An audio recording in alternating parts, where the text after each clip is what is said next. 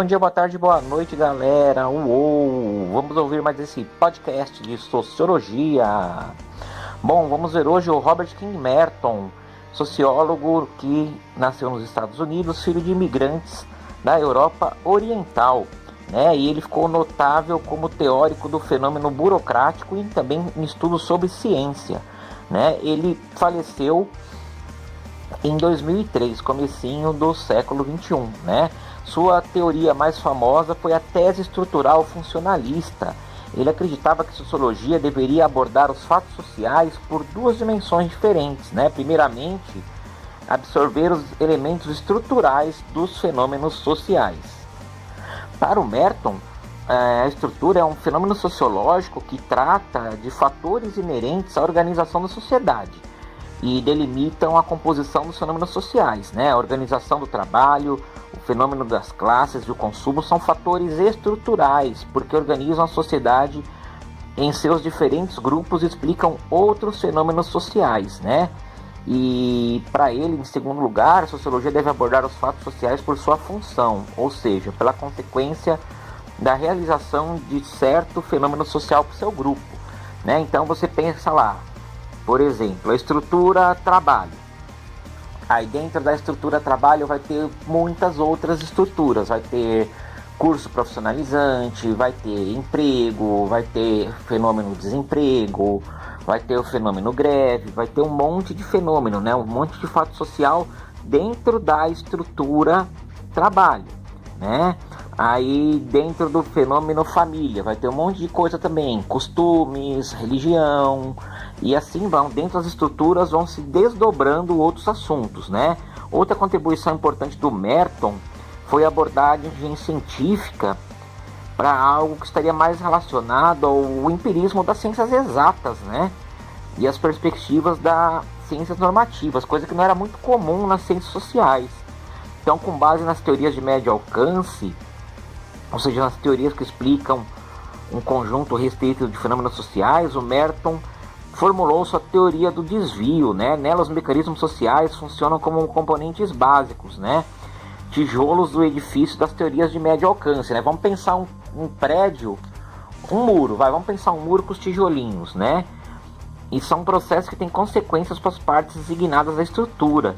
E aí o Merton ele vai considerar que os sistemas sociais que organizam em torno de um consenso definem os valores culturais desejáveis, né? Então tá lá o meu muro do trabalho, tô desejando que o cara estude, que o cara trabalhe, que o cara arrume um bom emprego, que ele tenha sido um bom aluno, que ele tenha sido um bom profissional, mas em um dos tijolinhos lá está que ele vai desviar dinheiro da empresa. E aí? Né?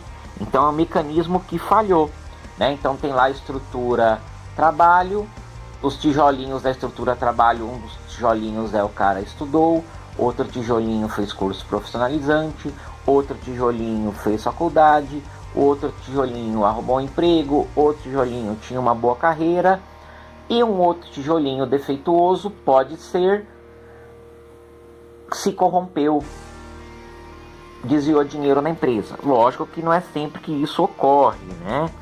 Mas é a ideia que o Merton tem, e ele diz que o próprio sistema estimula uma variedade de reações desviantes, né? Entre os quais não pode concretizar os valores comuns, né? Bom, continuando aqui, a gente pode tentar aplicar as teorias do Merton para outras coisas, né? O Merton ele vai dizer que o crime é explicado por uma situação de anomia, segundo o qual existe nas sociedades contemporâneas uma distorção entre os desejos de consumo e o que as pessoas podem comprar, satisfazer, né? Ele não está querendo dizer que pobre é ladrão, até porque ele era pobre também, né? O Robert King Merton ele era filho de imigrantes pobres do leste europeu, né?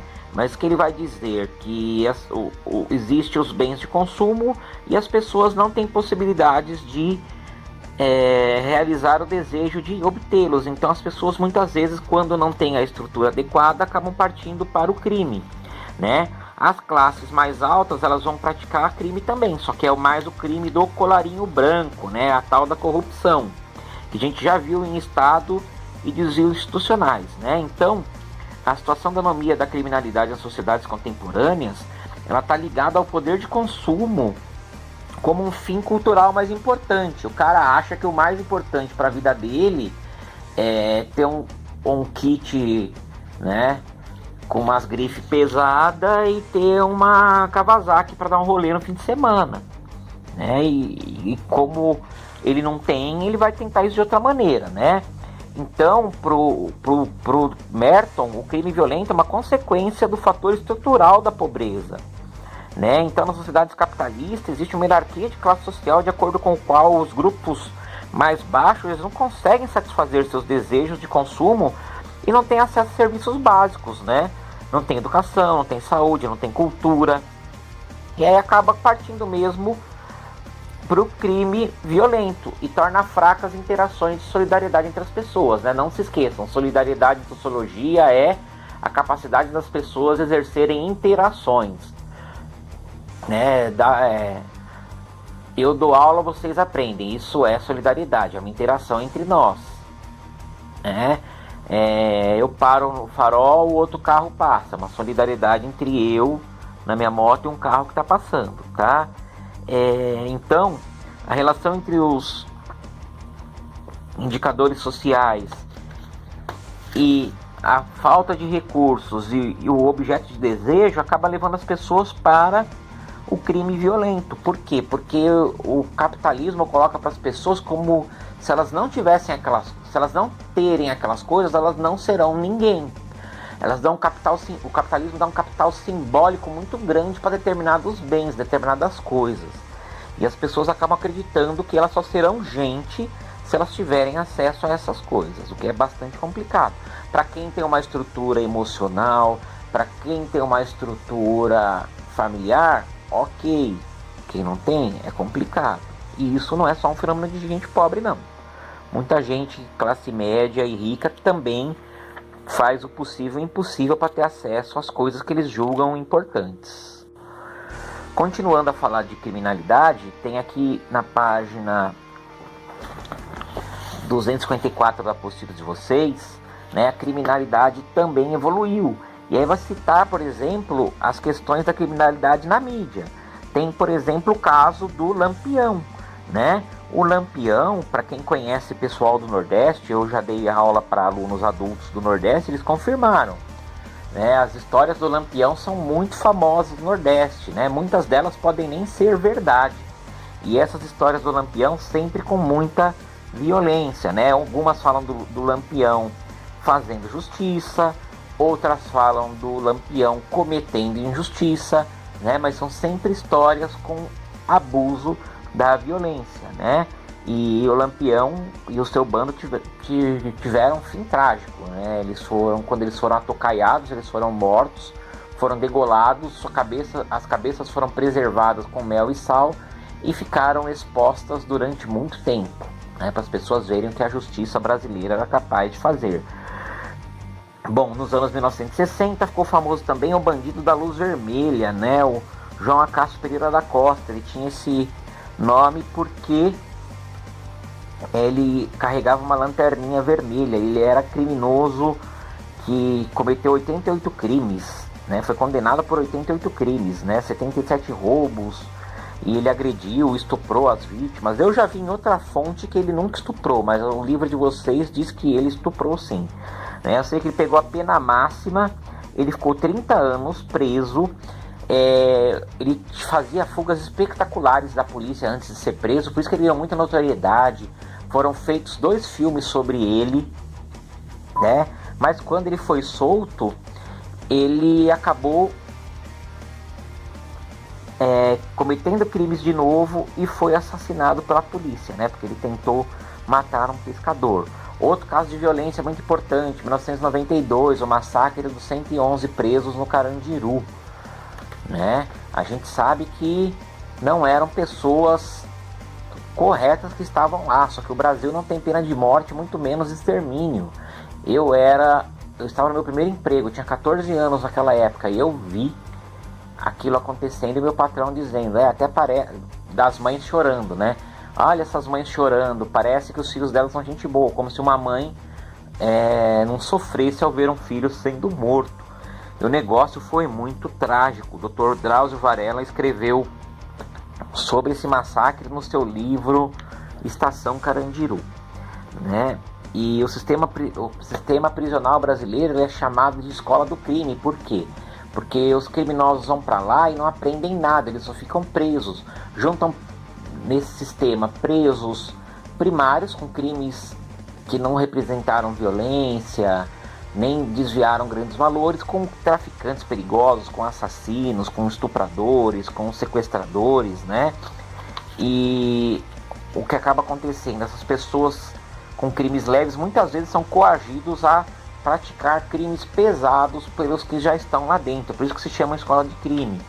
E a maior parte das pessoas que estão nos presídios são pessoas pretas e pardas e com baixa escolaridade. Isso deixa a gente pensando, será que só os pretos e os pardos que são criminosos? Não. Tem alguns dados interessantes que a gente pode tirar disso. Primeiro, que a polícia prende mais pretos e pardos. Segundo, que os brancos que têm classe social mais alta não vão presos, né? Porque conseguem, por exemplo, pagar bons advogados que procuram brechas na lei. Né? Então, pessoas de classe média alta, brancas, procuram brechas nas leis com seus advogados, né? Porque elas também cometem crimes violentos, né? Uma outra questão é que a escolaridade, pessoas que estudam mais cometem menos crime. O número de pessoas presas que não tem nem ensino fundamental é a maioria, né? As pessoas presas que não têm ensino fundamental é a maioria. Quando as pessoas têm pelo menos o ensino médio, o número de crime que elas cometem é bem baixo. O número de pessoas que têm curso superior que cometem crimes é mais baixo ainda. Então são vários fatores. Se fala muito da redução da maioridade penal, né? Em reduzir a pena de 18 para 16 anos, né? Porque as quadrilhas utilizam muito os menores como mão de obra para o crime, mas é uma discussão muito complexa, né? O nosso país tem graves problemas educacionais, né? Esse ano, por exemplo, o governo federal ampliou mais dinheiro para a defesa do que dinheiro para a educação, sendo que enquanto nós não tivermos uma educação de qualidade, não adianta você armar o país, né? Aí a gente tem exemplo também da Colômbia para o Brasil.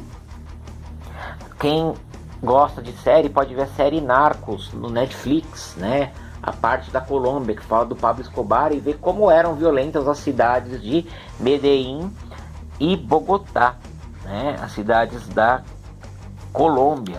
Tinham cartéis do crime e do tráfico de cocaína muito fortes, né? Só que o que eles fizeram lá foi combinar prevenção e repressão, né? Transformando a questão de segurança em prioridade coletiva. Eles trataram a violência como uma epidemia, articulando todos os níveis de governo. Os prefeitos, porém, foram os grandes articuladores dessa trama pela segurança, com responsabilidade de chefe de polícia. Então, assim, pode-se combinar desde o policiamento comunitário até a recuperação dos jovens infratores, passando pela melhoria dos transportes nas escolas e nos bairros, né? E isso que são cidades pobres, como São Paulo, Rio de Janeiro, Belo Horizonte, Recife, né? E aqui no Brasil, o que mais assusta a população é justamente a violência. E a gente vê na última eleição um monte de gente foi eleita dizendo que ia matar bandido, bandido bom, bandido morto. E aí a gente vê que agora eles no governo, os próprios parentes deles são bandidos, amigos deles são bandidos, né? Religiosos que os batizam são bandidos. Aí a coisa é bem complicada, né? E, enfim, então...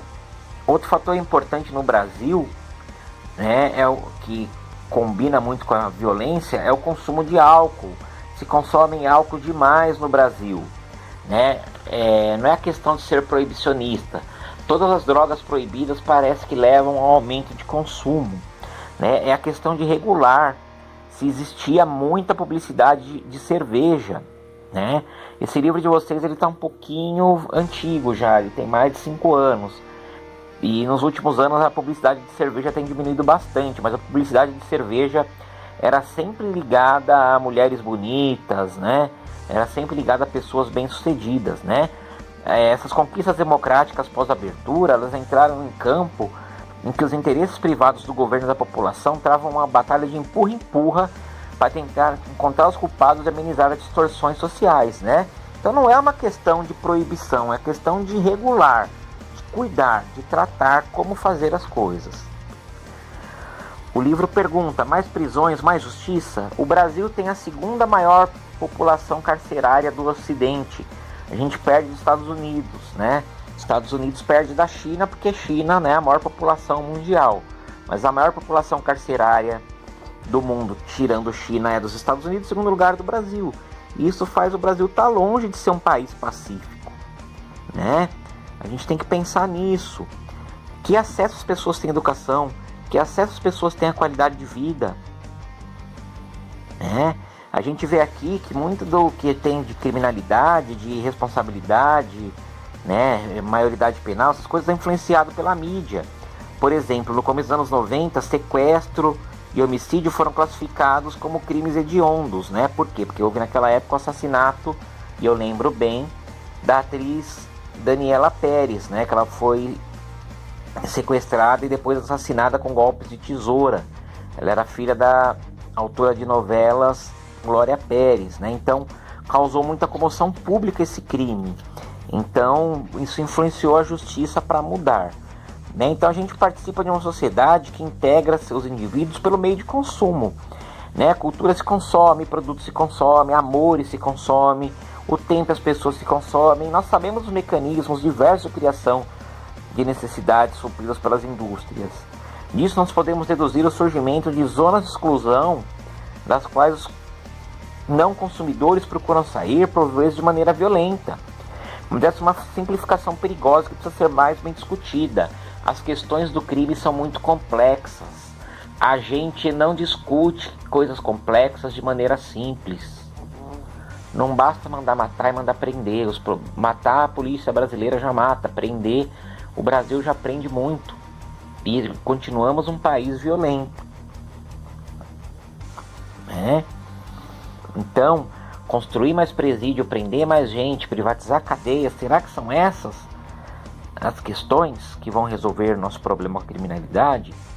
Né? Então, dessa forma o problema se desloca do campo puramente individual para o social e mais fatores entram em jogo. Assim, mais importante que incluir mais indivíduos na sociedade de consumo é ampliar a participação coletiva em busca do aperfeiçoamento das normas de convivência social, né? Então não basta a pessoa ter dinheiro para comprar as coisas, ela precisa ter educação, ela precisa ter senso de civilidade, ela precisa pensar no outro, ela precisa se colocar no lugar do outro, ela precisa ter empatia. Então é isso, beleza, galera?